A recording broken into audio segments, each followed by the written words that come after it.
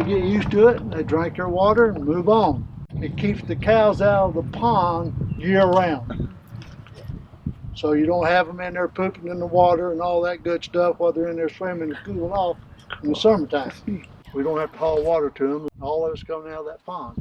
These EQIP projects are really important for landowners to be able to save money on their properties, as well as protect water quality, either through keeping cattle out of the creeks and streams, or giving alternative sources for cattle to get water other than the stream.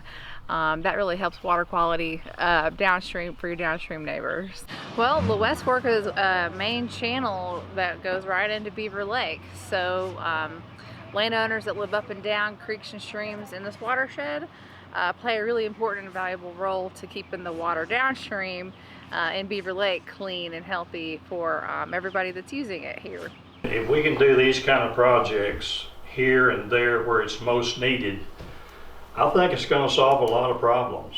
It looks great. I mean, it's just, you know, we got to the point where we didn't even go down to the river. We didn't even go to the creek. It was just disgusting to watch big chunks of topsoil fall off into the creek.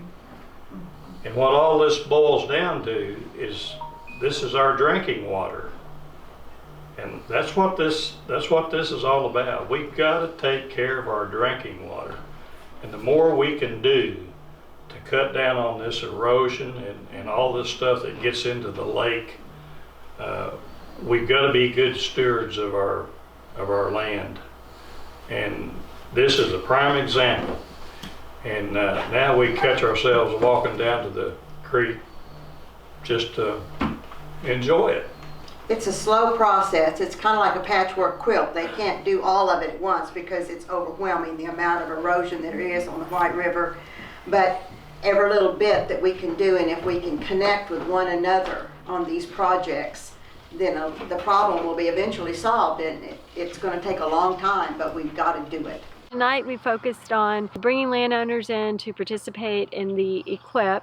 And what they can do with that program is they can do a series of best management practices, whatever fits their property. There's a wide range of practices that will reduce sediment and nutrients and prevent them from going into the rivers and help protect our drinking water source. I think a good place to start is to contact Beaver Watershed Alliance and sign up for a site assessment plan. And then you would branch off from there.